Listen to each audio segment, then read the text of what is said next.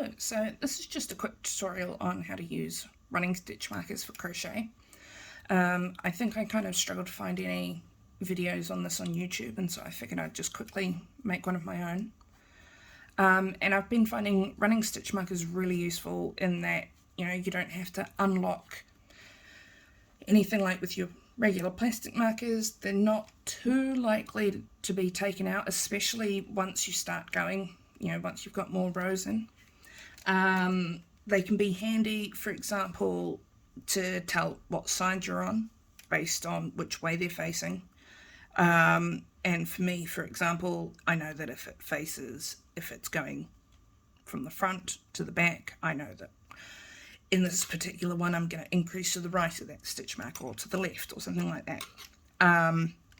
You also don't have to buy anything, and they're relatively easy to set as you're going, and so once you've got them going, you're not going to lose them over the table or, you know, under your chair or whatever.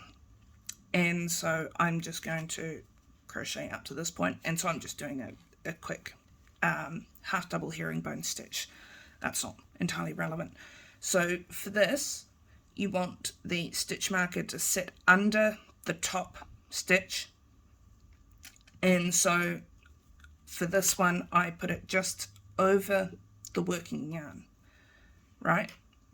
And then I do the regular stitch as I normally would. So in this one I'm just doing an increase, and I'm using these to tell me, you know, where I am going to increase, because what it also allows you to do is it allows me to lose track of where it is that I'm doing. I don't have to count. I can watch other things. I can essentially just keep count between those stitch markers rather than the 200 or so stitches that I've got going on.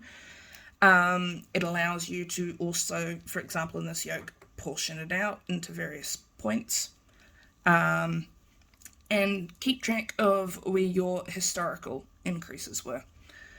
And so again, I'm just going to quickly undo that and redo that, because I mean it's fairly simple, but it just takes a bit of getting used to the first time around.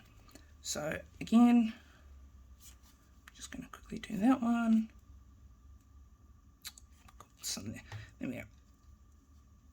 We're just going to take that stitch marker and place it over, and if it was on the other side, we would again just do it that way.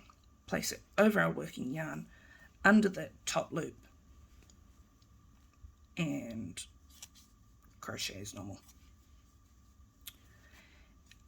If you find that your running stitch markers, you've made them too short, what you can always do is, you know, there's nothing stopping you from either cutting a new longer piece and weaving it through where those ones have been, or simply tying it on to the end and extending the piece.